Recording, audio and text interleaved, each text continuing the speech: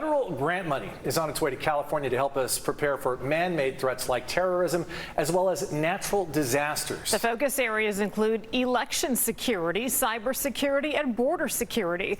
Political reporter Morgan Reiner spoke to the DHS Secretary Alejandro Mayorkas one-on-one today to talk about some of these threats. Morgan.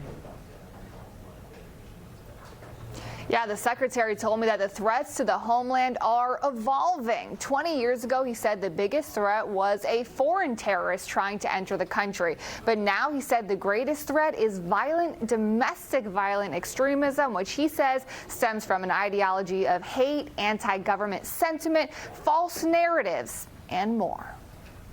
How will this funding be used to do exactly that, secure future elections? Election officials are facing threat of physical violence.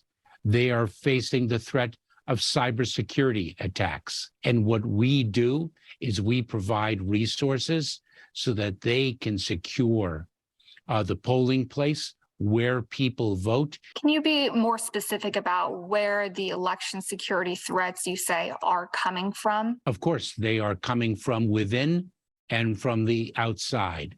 We are seeing foreign adversaries seek to impair the integrity of election through the spread of disinformation. And I also saw that there is, I believe, 90 million across the country to help local, state, federal, and tribal governments work together to secure the border. Now, I do have to ask, since Republicans have accused you of lying about the border being secure, whether or not you stand by that statement and why this money is needed. Of course, I stand by my comments, and we are dedicated to increasing the security of the border. That's what we do in the Department of Homeland Security. We are not complacent. Follow-up question, because the comment that you made about it being secure did come before we found out from the U.S. Customs and Border Patrol that there were about 500,000 known getaways since October.